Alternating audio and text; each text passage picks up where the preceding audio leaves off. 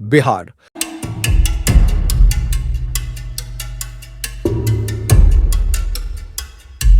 वो धरती जिसने भारत को सबसे ज्यादा नेता दिए, लेकिन जनता को सबसे ज्यादा सवाल भी। आखिर बिहार की राजनीति ऐसी क्यों है जहां सत्ता बदलती है मगर हालात नहीं? किसी समय इसी मिट्टी से दुनिया को ज्ञान दिया गया था।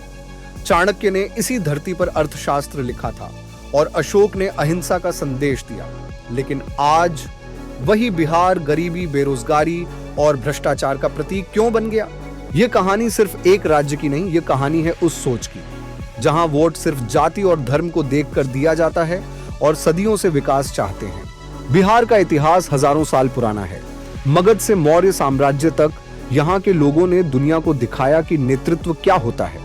लेकिन आजादी के बाद बिहार का इतिहास एक नए दौर में घुस गया। 1947 के बाद बिहार ने अपना पहला मुख्यमंत्री देखा, श्री कृष्ण सिंह।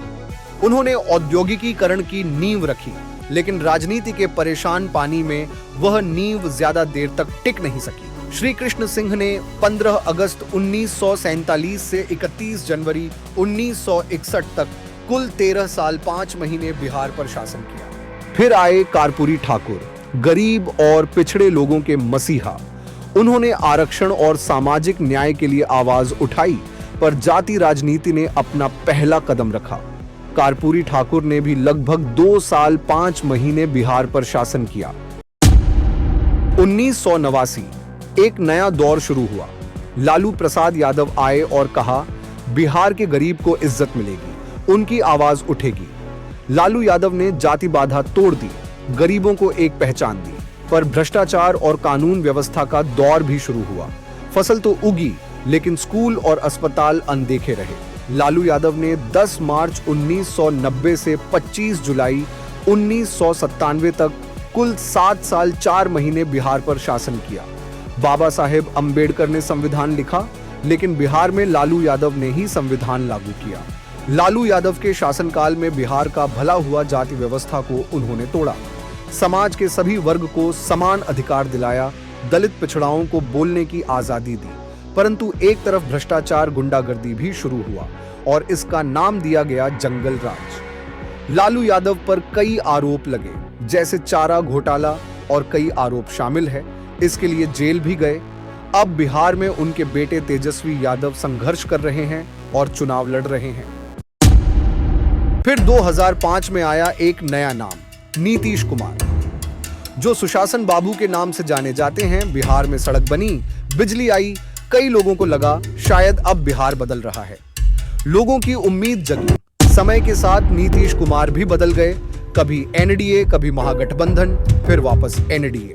नीतीश कुमार 8 बार मुख्यमंत्री बन चुके हैं। वे लगभग 15 साल से बिहार पर शासन कर रहे हैं। 2000 ई से लेकर 2025 तक बिहार में उनका ही शासन है। सड़क और स्कूल बने, लेकिन 2020 के बाद उन पर चलने वाले लोग चल नहीं सके। टेंडर और भ्रष्टाचार का विकास हुआ, शिक्षा प्रणाली ध्वस्त हो गया। बिहार का आधा हिस्सा खेती पर निर्भर है, पर उन्हें मिलती है सिर्फ बाढ़ और आशा। फसल तो उगती है, लेकिन बिकती नहीं। दाम और बाजार में जमीन आसमान का फर्क है। बिहार में हर योजना शुरुआत के साथ ही घोटाले में बदल जाती है। बिजली, स्कूल, अस्पताल, सब पर भ्रष्टाचार। जनता जब भी सवाल करती है, सरकार का एक ही जवाब होता है, ये तो विपक्ष का प्रोपेगेंडा है। बिहार के युवा मेहनती हैं, पर अपने राज्य में उन्हें क्या मिलता है? एक तरफ विकास की बातें तो होती हैं, दूसरी तरफ बेरोजगारी और पलायन। आज बिहार के लाखों युवा हर साल अपना घर छोड़कर बाहर जा रहे हैं। शिक्षा प्रणाली गिर गई, भ्रष्टाचार सिस्टम बन गया। जब भी युवा अपने हक की बात करने गई, उन पर लाठी चलाया गया, शिक्षकों पर लाठी बरसाए गए। पेपर लीक, गरीबी, बदहाली और पलायन बढ़ते गया। बिहार में एक भी इंडस्ट्री नहीं लगा, जिसके कारण यहाँ के लाखों युवा पलायन करके दिल्ली, गुजरात के फैक्ट्री में काम करते हैं। केवल छठ जैसे महापर्व में बिहार आते हैं। 10 से 12 हजार के लिए उन्हें बाहर जाकर काम करना पड़ता है। बिहार का पढ़ा लिखा बेरोजगार युवा भी गुजरात के फैक्ट्री में अपना खून पसीना बहा रहा है। गुजरात के एक छोटे से शहर में मात्र बिहार के 5 लाख बेरोजगार काम कर रहे हैं। दूसरे राज्य में बिहार के मजदूरों का महत्व नहीं दिया जाता है, उसे बिहारी बोलकर गाली दिया जाता है, इससे शर्म की बात क्या हो सकती है। और सरकार के प्रेस कॉन्फ्रेंस में अब भी कहा जाता है सब ठीक है, बिहार आगे बढ़ रहा है, लेकिन ग्राउंड पर सच कुछ और ही कहता है। बिहार के लोग अभी भी सपना देखते हैं, एक नया बिहार जहां युवा को मौका मिले, सरकार सेवा करे और सिस्टम सुधरे। 2025 में लोग वोट देने जा रहे हैं। सवाल है, क्या वोट सिस्टम बदल सकता है? लोग कह रहे अब बिहार को नई सोच की जरूरत है। हर अंधेरा एक नई सुबह लेकर आता है, बिहार के लोग अब जाग रहे हैं।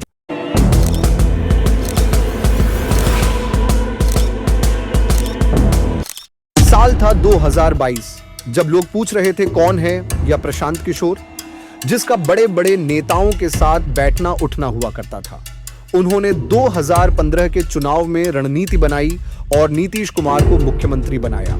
यहां तक कि उन्होंने प्रधानमंत्री नरेंद्र मोदी के लिए भी चुनाव प्रचार किया और नरेंद्र मोदी को विजय दिलाया। प्रशांत किशोर ने बड़े बड़े नेताओं, बड़े बड़े पार्टियों के साथ काम किया। एनडीए, कांग्रेस, बीजेपी, महागठबंधन सभी के लिए चुनाव प्रचार किया। प्रधानमंत्री नरेंद्र मोदी, सीएम नीतीश कुमार, ममता बनर्जी सभी को चुनाव में जीत दिलाया।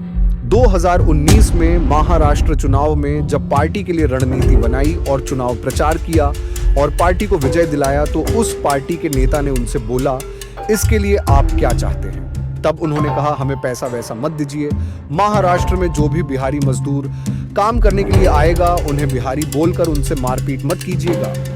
अब प्रशांत किशोर बिहार के आम लोगों का साथी बन गया है। वे गांव-गांव, गली-गली जाकर लोगों से मिल रहे हैं और लोगों की समस्याओं को समझ रहे हैं। उन्होंने पैदल यात्रा की और बिहार बदलने की बात कर रहे हैं। लोगों को बिहार के भविष्य और अपने बच्चों के लिए वोट करने के लिए प्रेरित कर रहे हैं। प्रशांत किशोर की गारंटी है, बिहार में फैक्ट्री लगेगी, यहाँ पर बेरोजगार युवाओं को रोजगार मिलेगा। बिहार के मजदूरों को पलायन करके दूसरे राज्य काम करने के लिए जाना नहीं होगा। पढ़े लिखे युवाओं को सरकारी नौकरी मिलेगी। शिक्षा व्यवस्था सुधरेगी। नेत्रहाट जैसा विद्यालय बिहार के सभी जिला में खुलेगा। भ्रष्टाचार, गुंडागर्दी बंद होगा।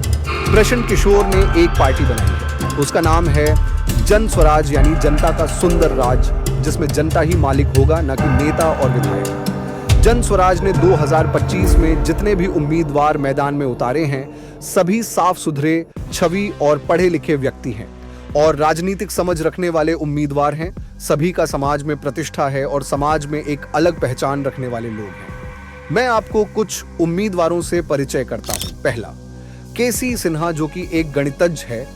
केसी सिन्हा बुक इनके द्वारा ही लिखा गया है। बिहार और देश के अन्य राज्यों में बच्चे इन्हीं का बुक पढ़ते हैं और टीचर पढ़ाते हैं। दूसरा, अभय कांत झा, जो एक वकील है, जिसने भागलपुर दंगों के पीड़ितों के लिए प्रतिनिधित्व किया और उन्हें न्याय दिलाया। तीसरा, रितेश पांडे, जो एक भोजपुरी कलाकार है। समाज में इनकी लोकप्रियता बहुत अधिक है और साफ सुथरा छवि रखने वाले व्यक्ति हैं। चौथा, नेवल किशोर चौधरी, जो कि एक प्रसिद्ध अर्थशास्त्री है और समाज में बहुत चर्चित व्यक्ति है। पांचवा, प्रीति किन्नार, जो कि एक समाज सेवी है। यह पिछले कई सालों से लगातार समाज की सेवा कर रही है। अब यह जन स्वराज की भावी प्रत्याशी बन चुकी है। तो यह था जन स्वराज पार्टी के कुछ प्रमुख उम्मीदवार। अब जनता को तय करना है किसे चुनना है। जन स्वराज पार्टी नहीं, एक सोच है। न जातिराज, न भ्रष्टाचार, विजन। हर नागरिक को सेवा का अधिकार। प्रशांत किशोर ने केवल रणनीति नहीं बनाई, उन्होंने सपने और विश्वास की नई राह दिखाई है। उन्होंने कहा, राजनीति का मतलब केवल सत्ता नहीं, लोगों की सेवा है। और इसी विचार ने पूरे बिहार को जागरूक किया। अब जनता समझ चुकी है, बदलाव का असली रास्ता तभी मिलेगा जब वोट का प्रयोग सोच और समझ के साथ किया जाएगा। यह डॉक्यूमेंट्री सिर्फ बिहार का सच दिखाने के लिए नहीं, बल्कि हर नागरिक को जागरूक करने के लिए है।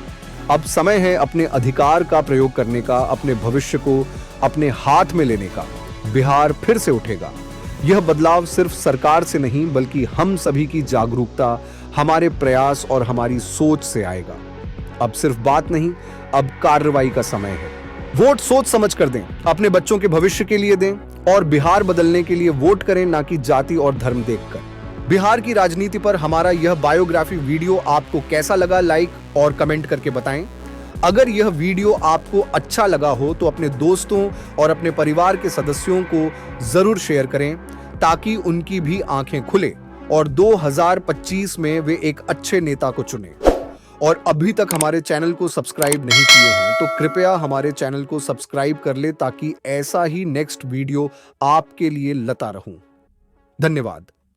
जय हिंद, जय भारत, जय बिहार।